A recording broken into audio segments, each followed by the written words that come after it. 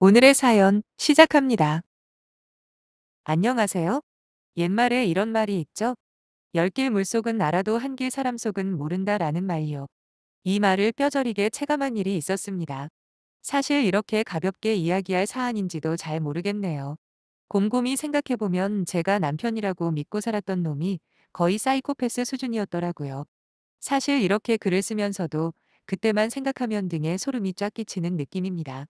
저는 30대 여성입니다. 약 2달 전에 엄청난 사건을 겪고 비디속도로 이혼하고 지금은 아빠 엄마와 살고 있어요. 저와 남편은 소개팅에서 만났습니다. 웃긴 건 저도 친구 대타로 나간 자리였고 남편 역시 마찬가지였다는 거죠. 그때만 해도 이건 인연이다라며 저희의 만남에 의미를 부여했었어요. 지금 생각하면 인연이 아니라 악연인데 말이죠. 남편은 매사에 철두철미한 사람이었어요. 평범한 직장인이었던 남편은 자기 수입을 꼼꼼하게 관리하는 습관이 있었거든요. 매일 지출 내용을 가계부에 적는데 아무리 사소한 거라도 놓치는 법이 없던 남편은 함께 음료수라도 사러 편의점에 들어가서도 그냥 한 번에 사는 법이 없는 사람이었습니다. 마트마다 가격 비교하며 사고 1+1 행사하는 것만 사죠. 저는 왜 굳이 마트 돌아다니며 시간 낭비를 하냐. 나도 그냥 내가 마시고 싶은 거 사 먹고 싶다. 하며 내가 살 테니 그냥 마시자 해도 남편은 뻔히 가격 비교가 딱 나오는데 굳이 낭비를 하냐 했죠. 어차피 뱃속에 들어가면 다 똑같다며 마시고 싶은 음료수가 아닌 싸고 하나 사면 하나 덤으로 주는 음료수를 사야 했어요. 이런 식으로 늘 가격을 비교하고 무조건 합리적인 구매라고 판단이 될 때만 물건을 사는 남편이 때로는 짜증이 날 때도 많았어요. 하지만 결국 그렇게 아끼고 아껴 이번 달은 저번 달에 비해서 얼마 더 모았다라며 기뻐하는 남편을 보며 제 자신이 부끄러워질 때도 제법 있었어요. 솔직히 말하면 전 알뜰한 편은 아니었거든요. 물론 남편보다 돈을 좀 더 버는 것도 있었고 친정 부모님이 큰 식당을 하셔서 경제적으로 꽤 여유가 많은 탓도 있었겠죠. 제겐 언니가 한 명 있는데 언니는 저보다 더 심합니다. 거의 흔히 말하는 된장녀 수준인데 언니 이야기는 머리만 아프니 패스할게요. 아무튼 남편 집안은 뭐 가난하다고까지 말하기는 그렇지만 딱히 넉넉한 편도 아니라 남편이 꼬박꼬박 월급에서 100만 원 정도씩 용돈 겸 생활비를 주는 모양이더라고요. 그리고 남편의 저런 근검절약 습관은 저를 조금씩 바꿔놨습니다. 회사에서 비품을 쓸 때도 그전 같았으면 내 돈 나가는 거 아니니 그냥 막 쓸 때가 많았겠지만 하도 자린고비같이 구는 남편과 시간을 함께해서 그런지 저도 모르게 물티슈 하나도 막 쓰지 않게 되는 거예요. 왜 사람들이 그러잖아요? 연인이든 친구 사이든 그 관계가 좋은 관계인지 아니면 나쁜 관계인지를 보려면 자신이 어떻게 변하는지 보라고요. 전 남편과의 관계가 긍정적이라고 볼 수밖에 없었습니다. 왜냐하면 남편을 사귀고부터 주위에서 알뜰하다 개념 있다라는 칭찬을 종종 듣기 시작했고, 그 전에 일단 제 자신 스스로가 좋은 방향으로 변하고 있다는 걸 깨닫고 있었거든요. 그렇게 1년 반을 사귀고 저희는 결혼을 했습니다. 시부모님은 없는 형편이지만 최대한 끌어모아 전세집 마련해 주셨고요. 저는 예단 예물 다 최고급으로 한다고 해드렸죠. 시댁에서 참 좋아하셔서 저도 기뻤습니다. 그리고 결혼 생활이 시작되었는데 역시 남편은 제가 예상한 대로 알뜰살뜰하게 살더라고요. 그래서 경제권을 남편에게 줘버렸어요. 무슨 말도 안 되는 짓이냐 하시겠지만 진짜 저보다 100배는 낫다고 생각했거든요. 실제로도 저 같으면 굳이 귀찮아서 대충 샀을 수도 있는 물건들도 여기저기 검색해보고 가격 비교에 원가까지 계산해봅니다.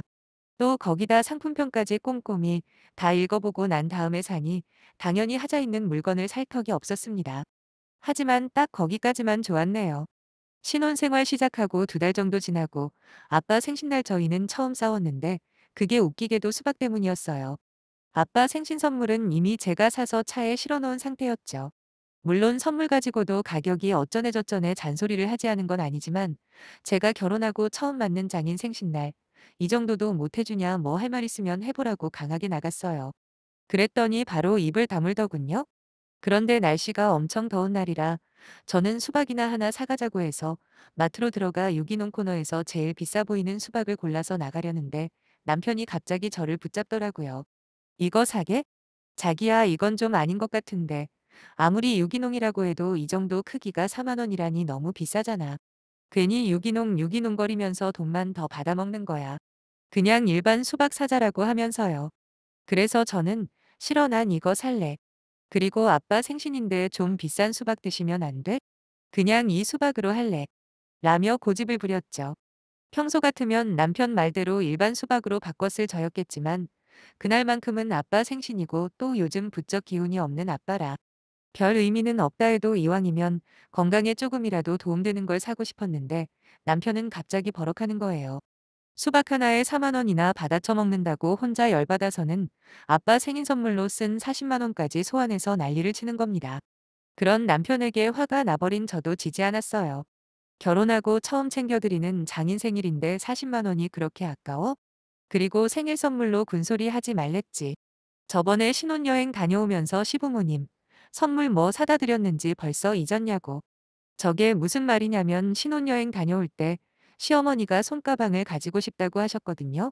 그런데 원하는 브랜드와 색상 모델명까지 딱 집어서 사달라고 하신 겁니다. 귀국해서 면세점에 들렀는데 글쎄 80만 원이나 하더라고요. 그래도 어머님이 가지고 싶다고 하신 거니 좋은 마음으로 사드렸는데 그때 남편은 비싼 애 만에 이런 잔소리 한마디도 안 했거든요. 당연히 어머님 선물이 생각보다 비싸서 친정 부모님 선물은 그냥 흔한 커플 티셔츠로 퉁쳤고요. 그러니 제가 화가 나겠습니까? 안 나겠습니까? 그뿐만이 아니었어요. 한 번씩 친정에 갈 때면 저는 늘 한우를 사갑니다. 왜냐하면 아빠가 돼지고기는 아예 못 드시거든요. 원인은 모릅니다. 그냥 특유의 누린내가 너무 역하다고 하시더라고요.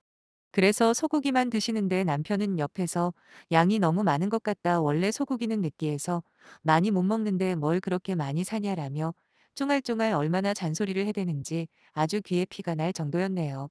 정작 시댁에 갈 때는 과일도 같은 종류 중에 제일 비싼 거로만 사고 먹고 남을 걱정? 이런 거 없습니다. 그냥 넘치게 사요. 그래서 이거 어머님 아버님이 다 드실 수 있어? 남을 것 같은데라고 하면 그럼 냉장고에 넣어놨다가 나중에 드시면 되지 라고 하는 전형적인 내가 하면 로맨스 남이 하면 불륜인 남편이 점점 얄밉고 짜증이 나서 결국 저는 다시 경제권을 찾아왔습니다. 그냥 관리비 식비 같은 공동생활비만 반씩 내고 나머지 보험료 핸드폰비 그리고 출퇴근용 기름값 등등은 각자 알아서 하는 걸로 했죠. 가장 중요한 거 각자 부모님께 하는 거 역시 알아서 하기로 했고요. 사실 이 부분 때문에 경제권을 다시 돌려받은 거예요. 어차피 잔소리해도 제 하고 싶은 대로 하면 되지만 일단 옆에서 쟁쟁거리는 게 너무 짜증이 나서 말이죠. 아무튼 그렇게 남편은 시부모님께, 저는 친정부모님께 선물이며 용돈이며 각자 했고 전 너무 편하더라고요. 그렇다고 제가 돈을 막 쓰고 그러진 않았어요. 저희는 일단 차가 2대인데 남편은 결혼하기 1년 전에 새로 산 4천만 원대 국산차를 타고 있었고 저는 9년이 다 돼가는 경차를 끌고 다니고 있었죠. 그런데 저희 아빠는 늘 제게 차 좀 바꾸라고 그러다 사고라도 나면 큰 차 운전자는 멀쩡하지만 작은 차 운전자는 위험하다면서 돈이 없어서 그래? 아빠가 보태줄게. 제발 차 좀 큰 걸로 바꿔. 딸내미야 제발 말 좀 들어라고 하셨습니다. 그러면 저는 웃으면서 아빠 어차피 사고 나면 복불복이야. 큰 차 탄다고 뭐 무조건 안전한가? 나름 조심해서 운전하고 있으니 걱정 마요. 아빠 딸 운전 잘해. 라며 대답하곤 했는데 글쎄 운전은 절대 자신만만하면 안 된다고 했던가요. 결국 크게 교통사고를 당해버린 겁니다. 중앙선을 넘어 제게 돌진을 하는 1톤 트럭을 피할 재주는 없었고 그렇게 제가 탄 차는 본네트까지 찌그러졌는데 사고를 낸 그 트럭은 진짜 범퍼가 살짝 찌그러진 거 외에는 아무런 기스도 없더군요. 나중에 그 소식을 듣게 된 아빠는 제게 불호령을 내리시며 당장 차 바꾸라고 제 차는 그 모양이 됐는데 트럭은 멀쩡한 게 말이 되냐고 화를 내시더라고요. 그리고 9년 탔으면 많이 탔다고 제발 바꾸라고 성하셨죠. 저 역시도 사실 속으로 엄청 놀랬어서 차를 바꾸기로 이미 결심한 상태였어요. 그냥 괜히 아빠한테 앙탈을 부려본 거죠. 그런데 아빠는 그냥 아빠가 한 대 뽑아줄게. 너 저번에 팀장 승진했다면서? 나이 더 먹기 전에 외제차 어떠냐? 하시며 팀장인데 외제차 한번 굴려보라고 제안을 하시더라고요. 저는 무슨 외제차냐고 그냥 국산차로 하자고 했습니다. 하지만 마침 아빠 지인 중에 외제차만 전문으로 취급하는 분이 있다고 하시면서 진심으로 외제차를 사주신다는 겁니다. 그리고 아빠는 병원이나 잘 다니라고 원래 교통사고는 후유증이 제일 무섭다며 제 머리를 쓰다듬어 주시곤 가버리셨죠. 그때까지만 해도 전 외제차는 꿈도 안 꾸고 있었고 아빠가 사준다는 말도 반신반의했네요. 그렇게 보험사에서 제공한 렌트카를 타고 다니기를 일주일 정도 했나 저녁에 저희 집으로 아빠랑 엄마가 오신 겁니다. 그리고 식탁에 뭔가를 탁 하고 내려놓는데 보니까 B사의 차키더군요. 아빠 친구분이 진짜 괜찮은 차가 중고로 들어왔는데 일반 고객한테 팔기가 아까워 지인들한테만 팔려고 했다네요. 가격도 생각보다 저렴했고 그것보다 차 상태가 아주 좋아서 사셨다면서 제게 선물을 하신 거였죠. 그런데 저보다 놀란 건 옆에 있던 남편이었어요. 아빠 엄마가 있을 땐 내색을 거의 하지 않다가 두 분이 돌아가시자마자 제 옆에 착 달라붙어서 좋겠다. 부럽다라며 처음엔 감탄을 하더니 곧 저한테 그러대요. 외제차가 껍데기만 좋지. 그거 유지비가 얼마나 비싼 줄 알아? 아무리 생각해도 당신 월급으로 이 차 몰기에는 오바다 오바. 라고요. 저는 어차피 받은 선물을 다시 돌려줄 수는 없지 않냐. 아빠가 나 생각해서 사주신 거니 그냥 잘 타고 다닐 거라고 했습니다. 그리고 정부러우면 가끔씩 빌려줄 수는 있다고 그랬더니 남편은 자존심이 상했는지 아무 대답도 안 하고 쾅하고 방문 닫고 들어가더군요. 그때까지는 그러려니 했어요. 비록 남편 차도 괜찮은 차긴 하지만 그래도 남자들에게 외제차는 의미가 좀 남다르다고 들었거든요. 문제는 그때부터 남편이 계속 우리 아빠를 원망하는 겁니다. 사위도 자식인데 어떻게 자기 딸만 차를, 그것도 외제차를 사줄 수가 있냐. 너무 서운하다 뭐 이런 식으로요. 전 도저히 못 들어주겠어서 따졌어요. 그만 좀 하라고요. 자기가 우리 집에 해준 게 뭐 있다고 자꾸 바라냐고. 그렇게 부러우면 당신도 자기 아버지한테 가서 차 사달라고 그랬네요. 어차피 자기는 자기 부모님한테 잘하면서 살았고 난 우리 부모님한테 잘하면서 살았으니 자꾸 징징대지 말라고요. 거기다 저는 충분히 이런 선물 받을 만하다고 생각했어요. 그동안 아빠랑 엄마한테 한 거 생각하면 이 정도 자격은 있다고 말했더니 남편은 이내 잔뜩 굳은 표정으로 한참을 말없이 앉아 있다가 어디론가 나가서 다음날까지 안 들어왔는데 글쎄 이 미친놈이 자기도 외제차를 떡하니 계약을 한 겁니다. 기존에 있던 차를 맡기고 그 차액만큼 할부를 끊어버린 남편은 진짜 외제차를 몰고 나타난 거예요. 정말 이 인간을 어떻게 해야 할지 도무지 답도 안 나오더군요. 2년도 안 된 차를 고작 와이프가 외제차로 바꿨다는 이유로 자기도 외제차를 바꾸는 남편을 그 누가 이해해 줄까요? 전 당장 돌려주고 오라며 소리를 질렀고 남편 역시 절대 그럴 수 없다며 큰 싸움이 벌어졌습니다. 결국 제가 이혼 서류까지 보여주고 난 후에야 남편은 차 구매를 취소했고 계약 위약금만 해도 몇백만 원을 날리게 되었죠. 돈 1,000원에 벌벌 떠는 인간이 몇백을 자기의 단순한 억지 때문에 길바닥에 버린 겁니다. 이때 이혼을 했어야 하는데 그랬으면 더 험한 꼴은 안 봐도 됐을 텐데 말이죠. 제가 이혼을 결심한 결정적인 계기는 바로 제 외제차의 블랙박스 영상 때문이었는데요. 한 차례 난리가 나고 남편은 가끔씩 제 차를 빌려 타고 드라이브를 다녀오곤 했어요. 그래도 매번 거절할 수는 없어서 빌려줬는데 한 번은 앞쪽 라이트 쪽이 깨진 겁니다. 남편에게 물어도 모른다고 하고 저는 너무 화가 나서 블랙박스 영상을 확인하는데 진짜 놀라 자빠질 뻔했어요. 그 안에 남편이 누군가와 통화를 하는 부분이 있었거든요. 누구와 통화하는지는 알 수 없었지만 남편은 얼마 전 외제차 계약 취소한 걸 아직 마음에 두고 있더라고요. 근데 문제는 그 모든 책임을 저희 아빠에게 돌린다는 점이었습니다. 그것도 우리 아빠를 미친 늙은이라고 부르면서 쳐돌아가지고 저한테만 차를 사줬다면서 아주 입에 담지도 못할 욕을 하더군요. 사위는 무슨 남이냐고 왜 사람 차별을 하는지 이해가 안 된다는 헛소리를 해대는 남편이 무섭기까지 했습니다. 그리고 마지막으로 결정타를 날리는 남편. 그래도 나중에 제가 아빠한테 잘하는 만큼 유산이 많이 돌아올 거 아니냐 하면서 웃는 모습은 흡사 악마가 따로 없었네요. 거기다 저희 언니가 아빠한테 그리 잘하는 편이 아닌 걸 알고 있는 남편은 만약에 저희 언니와 유산을 반씩 똑같이 주면 그때는 자기가 전부 다 박살내버린답니다.